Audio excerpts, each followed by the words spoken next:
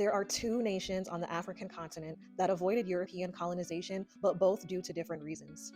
One of those nations is Ethiopia, formerly known as Abyssinia, and the region where the Kingdom of Axum was located. Present-day Ethiopia is located in the Horn of Africa on the eastern side of the continent. It's a landlocked country bordering Eritrea, Djibouti, Somalia, Kenya, South Sudan, and Sudan. The capital is Addis Ababa, and Ethiopia is one of the oldest countries in the world.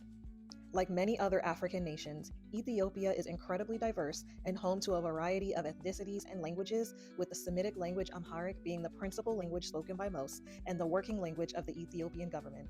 However, all Ethiopian languages are officially recognized under the constitution.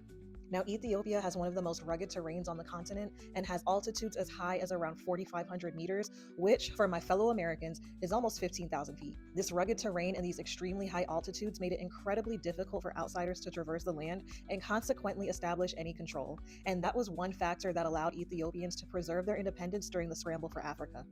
Ethiopia also had a strong and organized military and used their alliances with different European countries to their advantage to secure modern arms as well as diplomatic support, which became quite useful in 1896 when Italian forces tried and failed to invade and colonize Ethiopia during the Battle of Adwa and again in the 30s and 40s.